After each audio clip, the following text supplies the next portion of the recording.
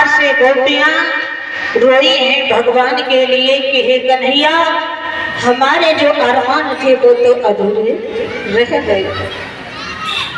श्याम का रथ आगे बढ़ जाता है परे, और अक्रूर जी के साथ वो रथ कहाँ पहुंचा? मथुरा के किनारे पर एक नदी है, वहां कंस का धोबी वस्त्रों को धोता है और नशे में है। भगवान ने उन वस्त्रों को देखा, उस धोबी से मांगा, उसने इनकार कर दिया है। वहां पर भगवान ने उस धोबी का वध कर दिया और उन वस्त्रों को उल्टा सीधा पहन करके आगे बढ़े हैं।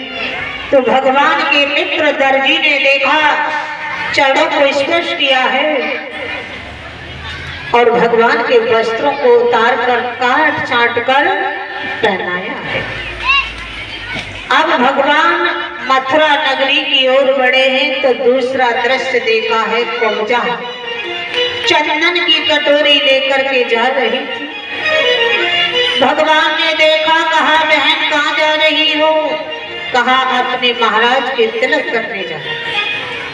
कहा मैं भी तो अपने मामा के यहाँ जा रहा हूँ, उत्सव मनाया जा रहा है, मेरा मस्तक सूना है, बहन कृपा करके मेरे मस्तक से तिलक लगा दो। कुब्जा ने देखा भगवान की लंबाई है, कहा कि मैं 3 जगह से टेढ़ी हूँ, आपके मस्तक तक नहीं पहुँच सकती। उस समय भगवान ने कुब्जा के पैर के अंगूठे को दबाया, थोड़ी से हाथ लगाया, उस कुब्जा का शरीर निर्बल बना दिया, सफल कर दिया।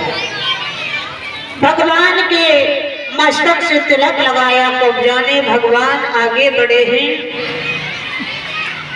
नगर वासियों को पता चला कि आज कन्हैया मथुरा में आ रहे हैं। अपने अपने दरवाजे पर देखने के लिए खड़े, कोई छत पर है, कोई गेट पर है, कि जिस दिन से जन्म हुआ है उस दिन से कन्हैया आज मथुरा में आ रहा है। सभी ने दर्शन किए हैं। भगवान आगे बढ़े अपने मामा के दरबार में तो सबसे पहले कुबड़िया पील हाथियों को देखा है। भगवान को प्रवेश नहीं होने दिया तो कृष्ण और बलराम ने उन हाथियों को मार गिराया और उनके दांत को उखाड़ के बलराम जी ने कंधे पर रख लिया। दूसरे दरवाजे पर गए तो मल्ल लड़ने वाले, कुश्ती लड़ने वाले, उन्होंने आगे प्रवेश नहीं होने दिया तो भगवान ने उन्हें भी मार गिरा दिया। इस प्रकार से आगे बढ़ते हैं तो देखा है राजगद्दी पर कंसराज बैठे हुए।